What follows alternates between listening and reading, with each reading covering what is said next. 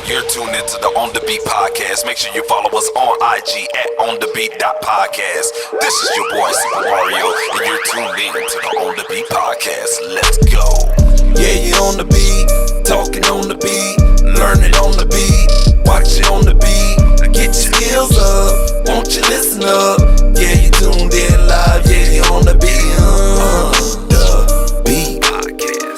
On the beat podcast. On the beat podcast. On the beat podcast. Yo, what's going on, folks? How you doing? This is Supa Mario with the On The Beat podcast. I have a couple of very special guests with me tonight. I have the Beat Queenz. How y'all doing, ladies? Good. How are you? What's up? Doing pretty good. Can't complain, man. For the folks out there, you know what I'm saying, that do not know who the Beat Queenz are, they're a female hip-hop producer duo. Out of Atlanta, but by way of Queens, New York and stuff like that. Sir. So I'm going to let them introduce themselves individually, and then collectively they'll introduce themselves as the Beat Queenz. So ladies, I'll start with you, Miss Streets. And just to let you guys know, Miss Streets is to your left, and DJ Angie Diamonds is to your right and in the red. So go ahead, Miss Streets, introduce yourselves. Angie Diamonds, go ahead, and then y'all go ahead as a one, Beat Queenz. You got the floor. Yes, so I go by the name of Miss Streets, rapper, writer, producer. Yes, and I'm DJ Angie Diamonds. I'm a producer and a writer, obviously, and a DJ, obviously. And together we are Beat Queenz Music, a female music production duo.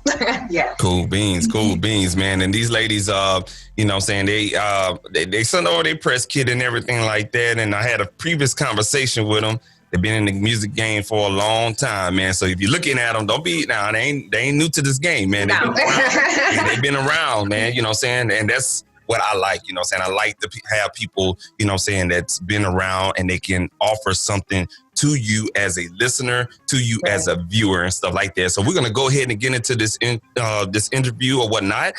So ladies, first we wanna, you know what I'm saying, get into how you guys got started in your music careers as producers, you know what I'm saying, and then also how you guys gelled the mold to become a female producer duo. Okay, so we basically started with me because I'm a rapper, started off rapping first since I was a kid. So once me and Angie became best friends, we actually bonded over music. We used to trade each other CDs, like, let me hold that. Whatever she had, I didn't have, whatever I had, she didn't have. So whether it was a hip-hop album or R&B, we should trade CDs. So we connected with music in the beginning, but as far as me rapping, she was my beat maker on the mouth, like doing beatbox and stuff. And that's pretty much how we started together as a production company. Okay, cool. I like that. You know what I'm saying? It was almost like you, DJ Angie Diamonds, you were the you were the DJ that had everything together, and then you teamed up with Streets and y'all just gelled it like that. And Streets, were you just producing, or you started out as an artist? No, I started out as an artist, a rapper. I was actually just like, the freestyle in the neighborhood. So I started off rapping first. Okay, cool deal. Now, I know I mentioned that you guys are currently in Atlanta, Georgia, but you guys are by way of Queens, New York, right? Yes. Okay, on your journey to, you know what I'm saying, being where you guys are at in Atlanta, how was that journey and how was the transition moving from, us Southerners like to say the East Coast, you know what I'm saying? But it's really up north or whatnot, right. But moving down to the South and really kind of like getting into the music arena for as, I'm not going to say a new sound, but a new way of moving and networking in the South for when it comes to this whole music environment. How was that transition for you guys? It was a new journey, coming into a new state. You had to get to know different people, different networking, different type of music, what the new sound was down here in Georgia versus up north. So really just a learning pattern first, and then once you get in, it's the same thing, like what you've been doing redundantly. So it doesn't matter what state you come from, you just have to get to know what's going on at that time in that state in order to fit in. Okay, cool deal. Did you guys ever find like I guess a challenge far as trying to reel in clientele once you moved to the South, or you guys had prior engagements when you moved to Atlanta? No. How did that happen? No, to be honest, the artists that we did meet, like when we first moved down here, they were just like, once they heard us, it was like, yo, y'all did that? Yeah, ain't make that. And we like, yes, we did. And they would watch us make a beat live, like, yo. And these were people who were, from Atlanta or just other places. But I think it didn't matter where we were from. It was just like, it was a shock to even know, like, oh my God, girls make beats. And not only that, it was like, they were hot. Right. So. Yeah. Yeah. And for the people, and I also mentioned, you guys been in the game. Let the people know, how long you guys been producing music, man. I think our viewers are gonna be shocked when they hear this. Yeah. We've been producing for a long time. Obviously, I would say close to 20 years in producing. But obviously the first couple of years were just learning stages. Right. I would say we took it more serious over the last 5 years to really start branding and become a company. And I also want to mention the fact that when we did start in 2000, there was no Instagram, Twitter. It was MySpace, but I think MySpace came out a couple of years after we started. Mm-hmm. So our only way to hustle was to literally go to the labels in Manhattan, in New York. Like we went to every single label in the world. Like you name it, we were there. Mm-hmm. So the hustle was different. It was definitely harder, but it was different. Like now, it's easy. You got social media. You can post your beats. Yeah. We didn't have that. Yeah. Yeah, and to kind of like, just to continue that fire that you was talking about with, the old school way of hustling and, going to these labels, offices and, just trying to talk with someone or whatnot. How difficult has it been, transitioning over the times? Because, you got the early 2000s when you guys came out, and then there was this period in the mid 2000s where there was the introduction of, I'm gonna say, computer-based apps and stuff on the mobile phone, right. This new tech that's coming out until now. Now you have social media, all in your face or whatnot. Just kind of explain to people, how have you guys pioneered your ways in and also adjusted to the different changes throughout the music industry? Well, you just got to keep up. You got to keep up. Once they start coming out with new ways of getting yourself seen and heard, you just got to jump on it too. So you just have to keep yourself relevant, keep working, and most importantly, work on your craft itself. So, but yeah, staying relevant is definitely the key. Yeah. Okay, cool. And DJ Angie Diamonds, how would you describe you guys as the Beat Queens? You guys' style of producing, and just to give you an example, kind of like what kind of sound that you guys would have if someone is interested, hitting you guys up to work. Different. I would say different. We really don't have one sound, and I know that's that's what people want you to have. But I think we have a lot of different sounds. We go from R&B to rap to reggae, different genres. But I would say melodic. Yeah, we have a melodic sound. Yeah. I definitely went and checked out you guys' sound. Just scrolling on through your Instagram page, and I like it.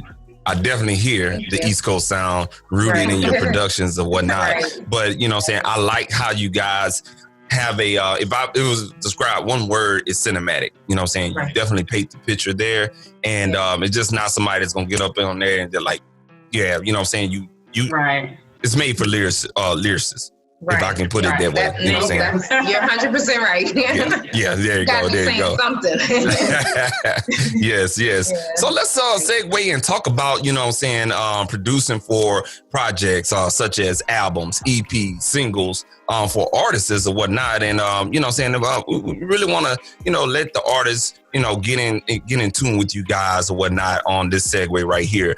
So how do you guys prepare your beats when you're trying to, let's say, pitch to a client, or, you know, saying someone asks or inquire, you know, saying about your production? Do you guys send out demos through emails, or do you guys have a beat store or something like that? How do you guys get the ball rolling on that? For the most part, it depends. If it's an artist, we listen to their music regardless, just to see what they sound like. And then we also ask them what they're looking for or what's their sound. And then, you know, we'll give them something in that lane, or we start from scratch. Like, hey, listen, we're going to make a fresh beat for you, or we can just send them demos. So it's different ways that we do it. But the best way to me is collaborating live with, you know, somebody from scratch. Right. The best way. That's what's up. So let's talk about this. Now, once you sew up the deal with the artist or the management for the artist or whatnot, let the people know, because I know you guys been in the game for a long time or whatnot. Let the people know how important is paperwork, how important is agreements and contracts and bonding that documentation between you guys as a producer, just as producers and also artists. Paperwork is very important. Obviously, when anybody that's doing business know how important it is, just to have legal documentation or binding, you know, for reference, you know, because, you know, they say you want to do verbal contracts, things of that sort, but that's in the beginning stages. When you start becoming more in the business, you definitely want to have some type of contract or agreement. So definitely have your paperwork together. Definitely anything you do that pertains to somebody else in the business, you definitely want to have some form of agreement. Mm-hmm. So both people are protected and both people are taken care of. You know, if the record takes off, everybody good. Everybody good, the man. paperwork good. And it seems like, you know, when you have some of these artists, when they take off, they have this sudden amnesia. Like, I don't know. Right. Exactly. We talked about that. Right. You know what I'm saying? Right. That's why you gotta sign that paperwork before. Yeah, man. Do you feel like you know what I'm saying, like, even, let me throw a curveball to you guys. Do you feel like sometimes, like, even though you can get paper printed out, signatures here and there, or digitally or whatnot, do you feel like there could be a second security blanket? And what I mean by that is, if you guys are having a meeting or even a Zoom call like what we're doing right now, you can record that and be like, hey man, this is what we talked about, seeing as how you guys want to do some shady stuff. Because I ain't gonna lie to you, there's some people that's shady. Oh yeah. Oh, we got stories. Okay. Look, we'll be on all day. We got stories. That's what's up. Definitely know that. I mean, a second piece of paper, video, signature, that's cool. But I mean, I think one solid one is good, and just go from there. Just hope that, you know, everybody's about business and about, you know, the end goal, and that's just making a hit record, obviously, and being compensated for it. Exactly, man. So I kind of want to, you know what I'm saying, jump into this next question. And this is going to be something that I caught from you guys' IG post. And it was one of your posts that you had up. And it was just a series of questions. 3 questions, 2 questions. 3 were bad, 2 were good. And it's all about the artist's approach to producers, so to speak. And coming from, you know, female producers, I was like, they're on one. So the first question was, this is a artist. Look, if you're listening, this is a question you don't want to ask any producers. And we'll elaborate on why we're talking about this. How much for beats? Send me something. I get that a lot, man. Why don't you send me something, man? Oh, give me a snippet. You know what I'm saying? Right. Yeah. And the last one is, okay, cool. I'm gonna shop with you one day, bro. You know what I'm saying? Yeah. Now, that means you're not gonna hear from them, probably. Exactly. Now, the 2 other questions that was that can be acceptable, and that goes, hey, I'm not gonna say bro, but hey, such and such. I have X amount of dollars for beats right now. What or how many can I get for that price? Okay. Basically, they're saying they're working on a budget, you know what I'm saying? Right. And that's Right. respectful. And you take them seriously. Exactly. Exactly. And the second one is how much for exclusive right for this beat? Now, that question right there, I like that because I know I'm dealing with somebody that's serious. You know, you're dealing with somebody who wants to own it at the end of the day, which means that person's serious. So, So to kind of like just go into a small discussion about that, you know what I'm saying?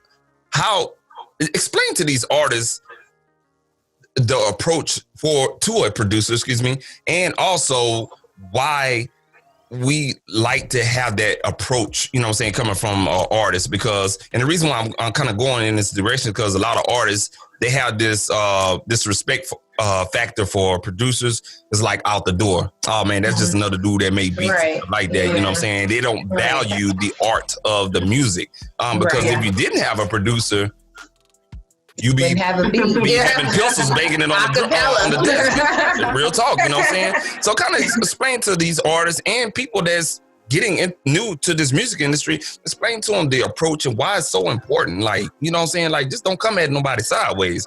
You got it. I mean, it's very important to come as an artist to come to the producer with respect in the sense of, hey, we need each other.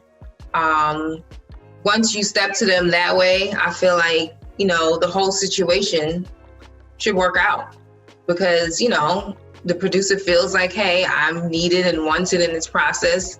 And then the artist knows that at the same time, that's what the producer needs too. The producer needs the artist too.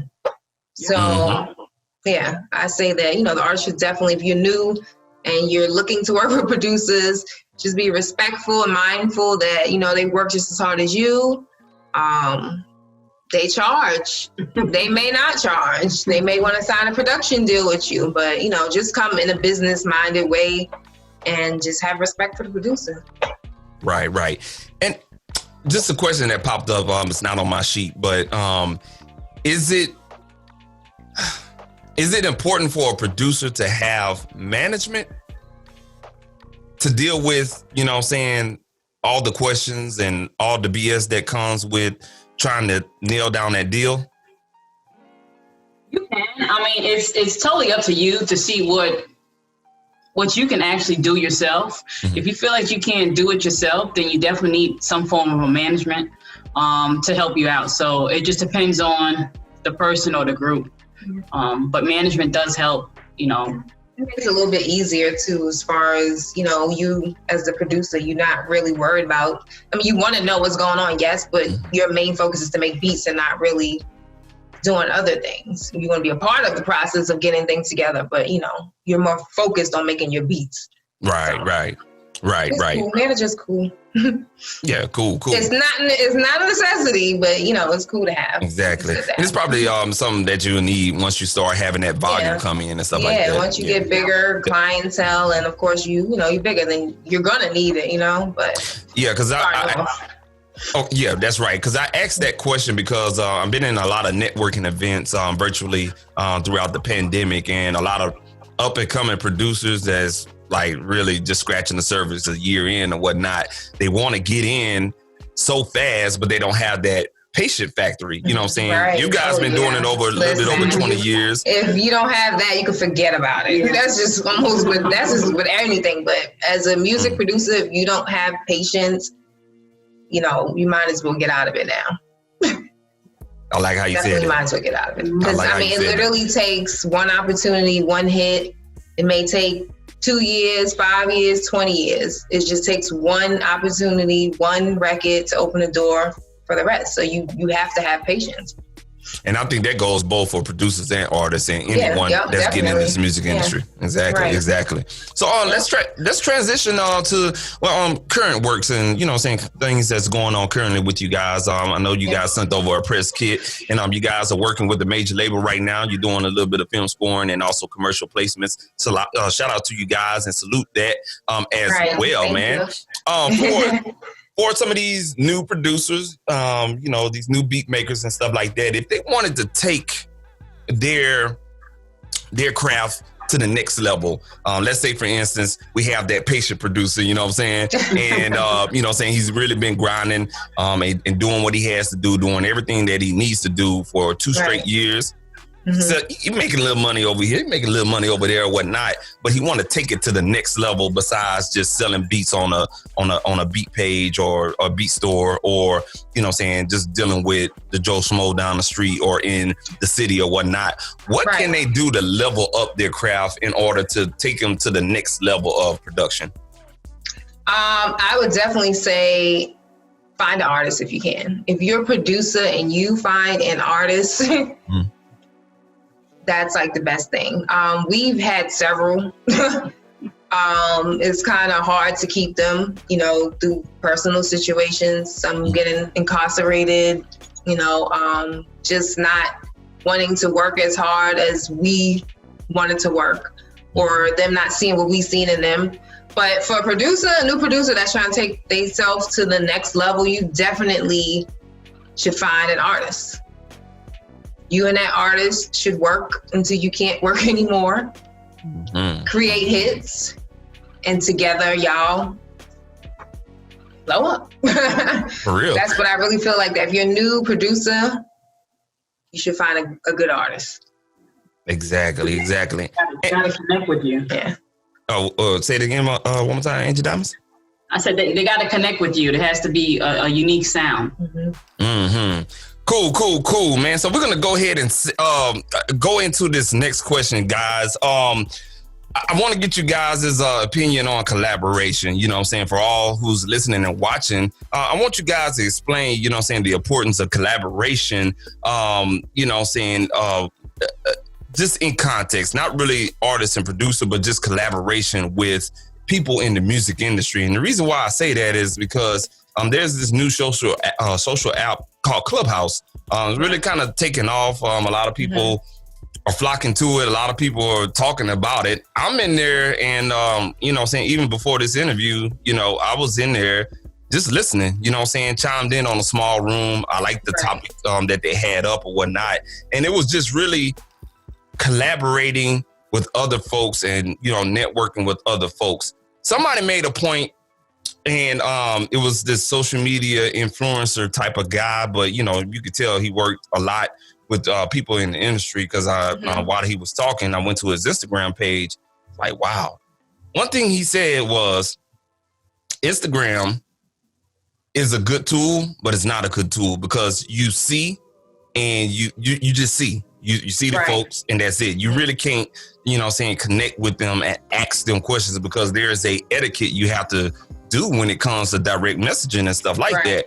So what Clubhouse kind of opens up, and for you all that don't know what Clubhouse is invite only, but it's a way where you can network with folks. So just imagine this podcast, and I have an audience out there, and I can do a Q&A question for you guys. That's basically what Clubhouse is. It's just audio only approach. But to get back to the question though, how is important just simple collaboration with folks in other avenues in the music industry and also outside the music industry? I mean, collaborations is excellent. I mean, especially if you are artist, producer, you know, everyone's able to gain each other's fans, as well as just being able to work together collectively and accomplish bigger goals with, you know, just working with other people. Right. And man, I just want people just to understand, like, you know, with this whole pandemic, you know, what should have happened if you're in the entertainment industry, period, is understand the root of collaboration and networking. I mean, because if it wasn't for me reaching out to these ladies, I wouldn't have them on this show, and I wouldn't have known that these ladies, 20 years in the game, you ladies may be the only ladies in the United States that have that much experience in producing. Just think about it. So you're allowing other people to be exposed to you guys. You understand what I'm saying? So that's that importance, you know what I'm saying, about collaboration and networking, and everyone during this pandemic should, you know what I'm saying, strengthen that. Yes, definitely. It's definitely strength in numbers and strength in a team. So collaboration is very good. Cool deal. Now let's go into some fun topics. and we're gonna talk. We're gonna do some producer stuff, man. You know what I'm saying? We're gonna go ahead and get up in here. We got a little bit of time and whatnot. So I know a lot of people like to, man, yeah, man, but Rich, look, Rich is my government name, but man, Rich or Supa, man, I want to know what they use, man. So I'm just gonna go ahead and just break the ice with them and stuff like that, or you guys gonna break the ice with them. What is some of the equipment or software that you guys are currently using right now, and what's the reasons on using it? Well, we're using machines and reasons for the most part. Yeah, we use machine, Reason. Sometimes we do, the old school way, MPC keyboard and record straight to the CD. So, but right now we're just using definitely Reasons and Native Instruments machines. I like that combo that you guys are using, because you have a that's another way you can kind of combine both of of what you guys can use together, or you can break it off and do stuff separately. Right. Is this as a combinable thing that both of you guys agree upon, or is one person like, oh, I use this and another person use that? Yes, we're very different. Okay. I like to use Native Instruments. I love the sounds that they have. I love using Machine, the actual hardware, the drum machine. And Angie likes other softwares. I prefer Reasons, but I definitely like the Native Instruments as well. But there's something about Reasons that stands out a little bit more to me. I think it's just the instrument itself. Okay, cool. And I'm quite sure it's let me ask you this, Streets. Yep. Does Machine give you a certain type of workflow, and Angie, does Reason give you a comfortable workflow that way? And the reason why I'm going with this is both of you guys use something different, but you come together as a union. Right. But is the workflow comfortable for your respected DAWs? Yeah, for me, I think I work better with Machine. I just like the workflow better, I should say. I like how everything's laid out, how the mixer is, like down to everything, how I can add in a sample. I just like the functions of how Machine is set up versus Reasons. But I do like Reasons too, but cool. I just prefer Machine. Cool. Now let's get into something I'm been kind of curious to ask, especially like a producer from the New York area. Okay. Hip hop is built on samples, right? Yes, sir. That's 100%. So what is you guys' opinion now about sampling? And the reason why I'm asking this question, because I think it was there's this company called TrackLib. I think that's the company name. Yeah. They came out with an interesting article about sampling here in the 2000s or in 2020, if I'm not mistaken. I'm not paraphrasing. I'm trying to remember off the top of my head. Right. But the article was about sampling and how sampling has dramatically increased from the early 2000s until this point right now. And when I'm using sampling, I'm not talking about loop packs, and I'll get to that question later, but I'm talking about like hardcore sampling other people's records. Right. What is you guys' opinion on that? You guys come from the capital of sampling, where it all originated at. Kind of give me your opinion on sampling in 2020 going into 2021. 2021, yeah. Well, I mean, I've always, sampling is great, when we came up originally, we wasn't into the sampling as much. We wanted to, give our own creative sound. So sampling was not the focus. But, as time went by, you had to get more into the sampling, because a lot of people were using samples, and that's what people wanted to hear. So, not necessarily looping like you said, but just adding different sounds in that could be a sample, whether it was a drum pattern or even just a simple sound, is definitely unique for creating music now. Yeah, and sampling it's familiar to people. So you put a sample on a record that everybody knows, they instantly, 9 times out of 10, they're gonna like that record. You know what I'm saying? So you using something that people may know, that always works for you. But I think sampling is cool. I think, if you're a producer, you should definitely dib and dab with sampling. Yeah, I definitely think it's an art that, every producer and beat maker needs to understand and, know how to use it or whatnot. And I like what I think Streets or both of you said was, it's just a familiarization that what you can do with a previous record and kind of, mold it into your own body of work. And there's a difference between copying a body of work and then making it another body of work. The analogy I would like to use for these beat makers that's probably listening to this is like, you could be a farmer and you can buy the same seeds, fertilizer from the same feed store. Guess what's going to happen? Both Farmer John and Farmer Joe are going to buy the same thing, and they're going to go to their respective fields and they're going to plant it.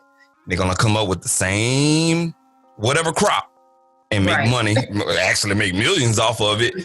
And nobody's not complaining. And guess what? They probably stay a dirt road across from each other too. You know what I'm saying? Right. So that's how I kind of view, sampling when it comes to producing and whatnot, because a lot of people like to make it like, man, they sample it. Man, nah, man, it's good, bro. It's really ain't good. Nothing wrong with it. Just sample it, make it your own, At the same time, pay homage to that sample, Yeah. There it is. Now, let me get your take on, loop packs. And because that's like been the hottest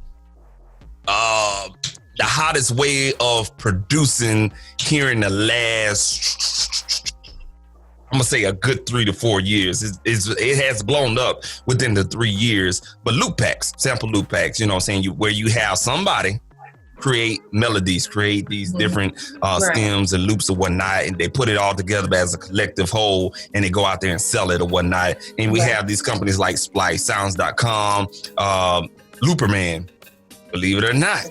Yeah. Reddit. Reddit is a kind of like a blog site or whatnot, but there's some gems in Reddit or whatever the case may be. But for you guys that's been in it for a while, what's your take on, beat makers using loop packs in their production, so to speak? I mean, to be honest, I feel like the loop packs actually make it too easy.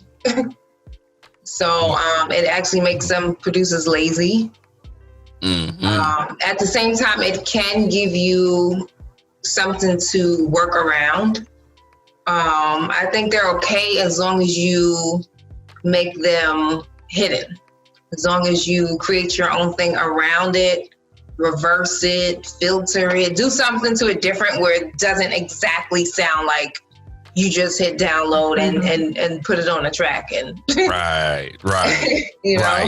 And that right there, I have to agree with you, Streets, is that's how you know you have a beat maker versus a producer, if you can agree with me on that. Because if you can make anything hidden in the sound, and it's really not purpose, it's just kind of like, you gotta have a sense of, drawing the picture and fitting things around certain things or whatnot. That really right there sets the tone, for as the skill of producing, so to speak. Right. Yeah, most definitely. Yeah. Definitely. Cool deal, man. So let me ask you this. While we're on the sampling thing, have you guys ever played around with a Serato sample? That would be your thing. I haven't. You haven't? But I know about it. I just haven't. Yeah, we definitely, obviously I DJ, but definitely on the DJ side, it's really easy to just get a sample on Serato and chop it up. But actually transferring over, we used to do that with the MPC, I guess you would say. It was kind of almost on the same level. But just a little bit on the Serato side. Okay, cool. Yeah, that's I was having a discussion in Clubhouse in the room, and they was talking about ways to chop up and cut samples and whatnot. And surprisingly, a lot of people they heard of Serato, but they haven't heard of Serato sample, the VST itself or whatnot. And it's pretty cool, it's one of those instruments where you can load it up in there. It does all the work for you. It'll find the BPM, the key, and then it just gives you the accessibility to like click, click, click, click, and click, you know what I'm saying? And you just made your slices based on the color of the transients and whatnot. Right. And the cool thing about it, I love. That's definitely cool. Say again? Not saying that's definitely cool though. To be honest, I haven't, did anything with it, but I've heard about it. But that's definitely cool. Oh man, look, let me tell you something. It makes your life easy when it comes to sampling and stuff like that, especially like stuff off of vinyl or whatnot. I mean, when DJ Angie, she I know she's familiar with Serato. You know how you have those waveforms and when the transient get big, it has that explosion of color or whatnot. I mean, if you can find that, you click on that. I mean, once you get all your chops up, man, I mean, you can do some extravagant things with that. That sounds cool. Yeah, that man. Cool. I'm going to try that out. Yeah. Well, we're going to segue into, some fun fact questions or whatnot, So I'm going to ask you guys 3 questions just to get an idea of, just to open y'all up just a little bit or whatnot. Okay. So if you guys had your dream studio, right? It's already there. Your dream studio, whatnot. Right. What would be that one boutique equipment that you would have in that studio? Whether it be a piece of a piece of hardware like an EQ compressor, tape machine or console. Talk to the audience and let them know. Where y'all at, man. But for me, it would be several instruments. I definitely want a bass guitar. Electric guitar, acoustic guitar, a tambourine, just anything live. That's what I want in the studio. Okay. All right. Cool. I agree with her. Just a lot of live instruments, more than one. More than one drum set, more than one keyboard. But one thing I got in mind is kind of like a boom box, like an old school boom box, like the hugest one in the world. To have it in the actual studio. Okay, cool. Look, I had to give you my mixing side right there. I would use that boom box for reference tracks. That'd be dope. Oh, real. Dope as hell. Look, we take that mix. Hey, man, let's check it in the boom box. If it sounds good in the boom box, if it don't sound in the boom box, we gotta go back. Speaking of a boom box, man, I was on Instagram and there is some folks that are promoting some type of boom box that's been kind of floating around on social media. Have y'all guys heard about it? I've seen it. I think it's called like boom box or boom something. But yeah, I've seen it. They're actually nice. Okay. Yeah. Okay, I thought I don't know, if it has like the best sound quality, but I know that it looks like the old school box and you can get it customized, but it's dope. Okay, cool. Okay, I just thought I was tripping. I just wanted to bring that up or whatnot. Okay, cool. We're gonna go into our second question, man. I know you guys from New York, and there's legends that come out of New York City in the different boroughs or whatnot, man.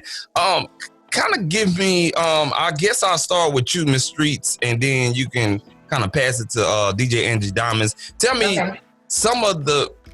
Tell me 8 artists or an artist group or any type of music public figure that you would love to work with in your wildest dreams, even if you get up there to a point or whatnot, just whoever it is that you would love to work with in the industry, let the people know who that would be.